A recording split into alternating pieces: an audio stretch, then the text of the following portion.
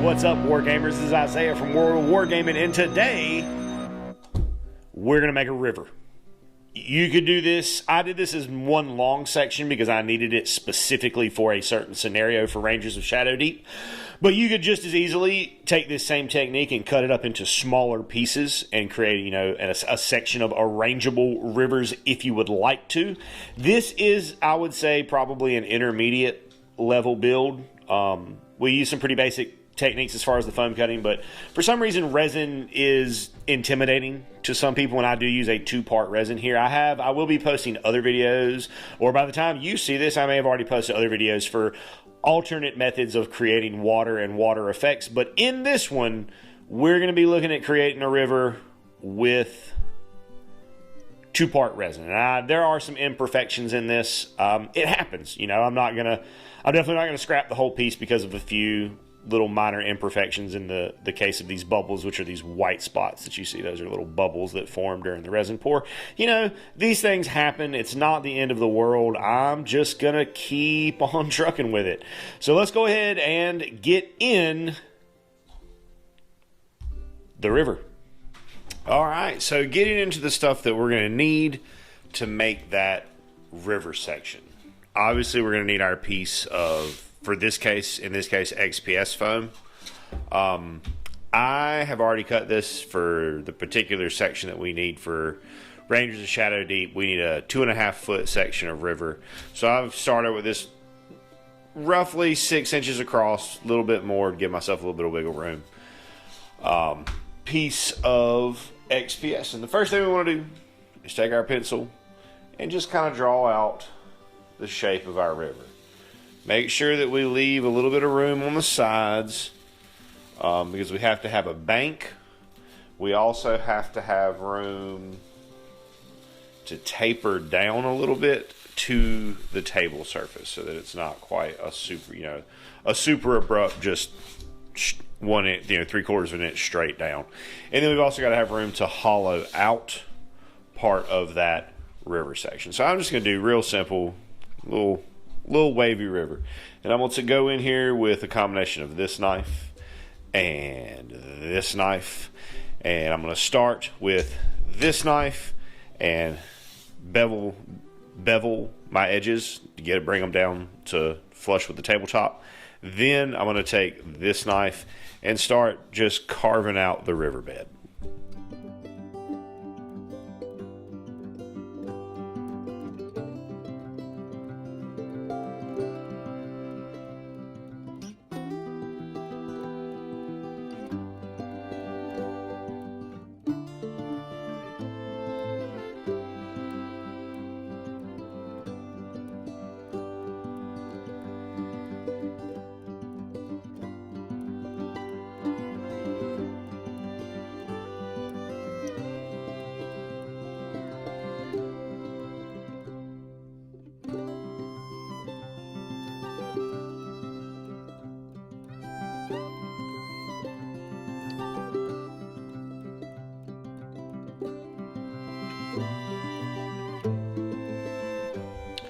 So we've got this shaped up. We've got our riverbed carved out. Now I'm probably going to go into this and level this out a little bit more. I don't want it to be totally flat, but I don't want these very, very, very sharp ridges. But once I get that done, my next move is going to be to take acrylic gesso and paint over the whole thing with that to put an initial seal on it. Now when I do that, I'm going to go ahead and make my dam for the end of this. So what I'm going to do is I'm going to put a piece of blue painter's tape across here, and then I'm going to paint over it with the gesso to seal it down and lock it down to it. And then at the very end, after I do the pour, I'll just come in and peel that off and do a little bit of cleanup work, probably a little bit of painting on the edges of it. But again, the edges of this, I cut this river section to be exactly as wide as the table I'm going to be playing on. So if the edges aren't totally polished and finished, it's not a huge deal, but it will make the dam more secure for when I do the pour if I go ahead and incorporate that into the structure now. Now also, this piece has a slight bow to it. So honestly, what I think I'm going to do is I'm going to go find a rock, and I'm going to position that rock towards the middle of this. I'm going to try to find one that is heavy enough to actually weigh this down, and use that to keep the feature more or less flat. And the resin will help weigh some of that down as well. If that doesn't work for me, then I will probably cut it into 2 pieces and carry forward from there. In the bottom of this river piece, I had a spot where I cut a little bit too deep when I was shaping everything. So before I put my gesso on here, I've taken just Elmer, just the plain white PVA glue, and just filled this whole channel with it to seal that up, to make sure that this is totally sealed and not gonna leak or be a super weak point in the overall structure of the piece. Okay, we are moving on with our river section. I've got everything gessoed up, double layer of gesso. If you're not familiar with gesso, gesso is a mixture of basically like acrylic medium and gypsum, the same stuff that goes into drywall. It creates a really solid seal, it creates a smooth surface, and it will gap fill some of that little porousness that you have when you're trying to put a base coat over the porous foam. Now I want to show you at the end here with my dams for when we do the resin pour, because we always want to, you know, work with the end goal in mind. So what I've done here was I put on my first layer of gesso, I taped this down, and I gessoed over the outside. Let the first layer dry, redid a second layer over the top, and then also gessoed up this right here. And what that's going to do is create a seal for the resin for when we pour it, so the resin doesn't run out the sides. And I will probably beef this up just a little bit before doing the pour, but that's going to hold pretty well. From this point, I'm going to take it, I'm going to put a base coat of black on it, and then we're going to get into some of the detailing bits. Okay, now I know what you might be thinking. That's awfully bland. Looks an awfully lot like the river from Willy Wonka. But we're not done yet. No, we are not. This is our first layer of color. From here, I'm going to take the airbrush, but you could easily do this with paint. I'm going to paint in the riverbed. Now, I'm going to stick to these mostly brown tones, I think, for this. I don't plan on doing, again, a super bright blue water in this piece. I'm going to keep it more to light browns and greenish tones and things like that, slightly more natural colors. But one thing I do want to mention is that when you paint a riverbed, a pond, the ocean, anytime you're doing any type of water on a base, you always want to keep in mind that you're working with a very finite amount of space here. You have a finite depth here, and our goal was to create the illusion of real depth. We do that by using darker colors or by using darker values and tones or shades of the colors we choose. So towards the middle of this, I'm going to be using a very, very dark, almost black brown that's actually probably going to have a little bit of like a phthalo blue, like a very dark blue mixed into it. And then I'm going to feather that out to get lighter towards the banks. But I'm going to stay pretty dark up until about right up to the edge. And then I'm going to start lightening out and let it get lighter as it comes up, because I plan on pouring the resin a little ways up the bank. Not all of this space, but a lot of this space is going to be filled when we pour this. Now, I'm going to have a fjord down here at this end. So here I'm going to make sure to keep my tones very, very, very light, like I plan on doing on the bank right here. And that is my big tip for doing any type of liquid filled object, is always paint it darker where you want it to be deeper. That being said, I'm going to take this over to the dirty paint station, and I'm going to get some colors laid down, and we'll come back in a few minutes, or a few seconds for you guys. A few minutes for me, but a few seconds for you guys, and we'll take a look at what comes next. All right, here we are, all painted up in various shades of brown and darker brown and lighter brown, which is what I wanted for this. I wanted to keep it pretty neutral not too many super bright colors, because in nature, when you look at a river, like, it's not actually, usually going to be like a bright blue. You might get some blue from the reflection from the sky, but you're going to have a lot of browns and earth tones from the rocks underneath, and you're going to have a little bit of green maybe in there reflected from growth on the bottom of the river or whatever else the case may be. So from here, I like to do all my flocking and everything before I do any resin. So I'm going to take probably a little bit of static grass, some moss down at the edges of the river banks, maybe a couple of cattails poking up out of there. Just, kind of see where the spirit takes me. We're going to flock with our hearts, as the case may be. Happy little moss, happy little bush maybe here and there.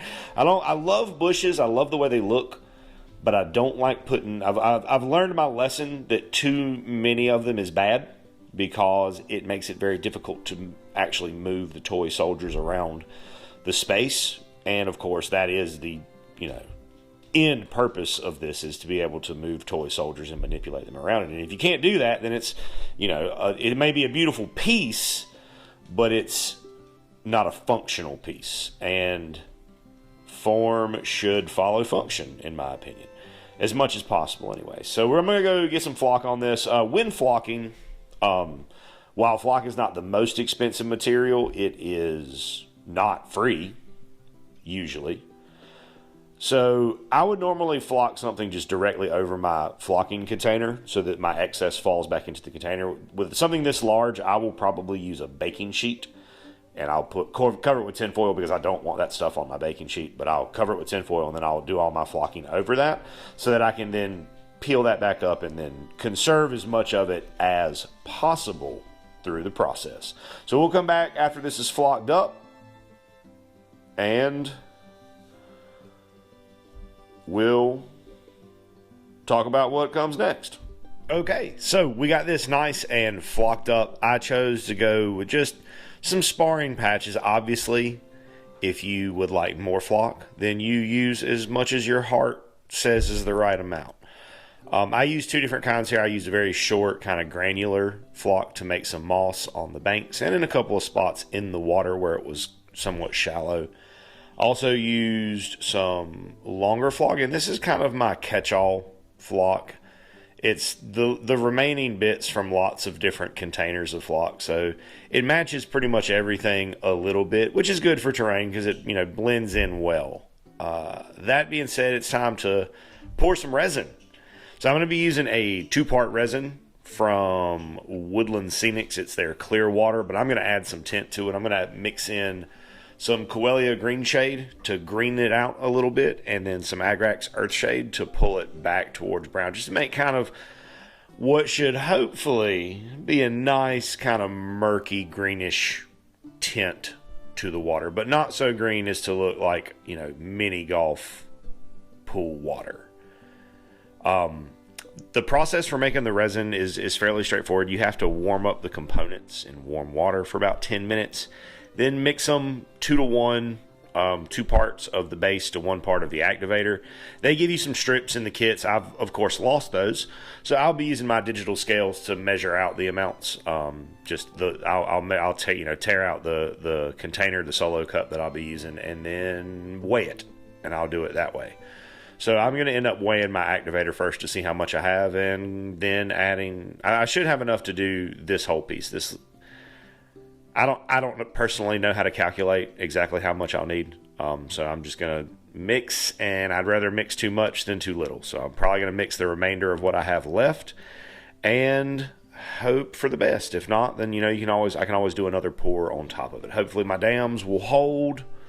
At the end they're still in place, and then we'll talk about, after once it's poured, it's probably going to be a day or two. If I'm lucky, maybe longer.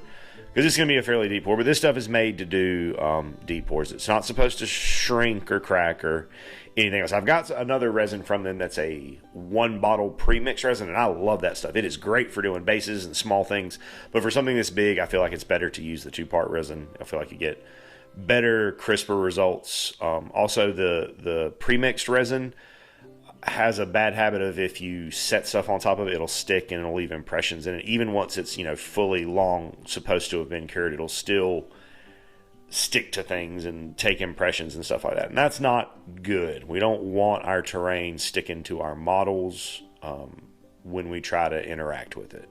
So I'm going to get this resin mixed up. I'm going to get this stuff poured, and I will talk to you guys in a couple of days.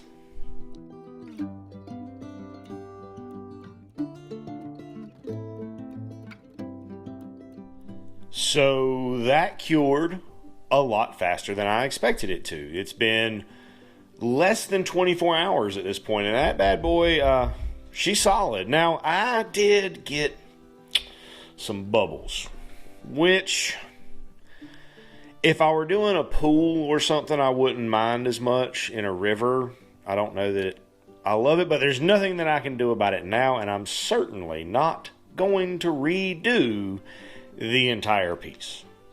However, I am going to come in with some of this stuff. This is Woodland Scenic Surface Water Ripples. And this is a clear gel, and mainly it's just used to give some texture. I like to use one of these. This is like a green stuff, like a clay modeling tool. You just want to take it and just kind of, I just like to kind of pat it along the surface. There's no real rhyme or reason to this. I do generally like to try to work in the same direction. I don't want to scrub back and forth too much because the water is moving in one direction. You know, this river isn't going this way and then that way and then this way and then that way. This river's, you know, river flows to the sea or larger river, tributary, whatever it goes to, it's only going one way. So I like to just kind of start, and I just tap it, just give it a little tap, tap, tap-a-roo, you know. And that's going to, I think, hide a little bit of the bubbling. But we're going to get this on here. But it should also give me some nice shadows and stippling across the bottom of it, which is really, really nice when it dries. So I'm going to speed up the camera. I'll let you guys take a look at me doing this. And we'll get these ripples on here, and then we're going to pull these dams. And we're going to be ready to, I guess, move on to the next thing and build a bridge.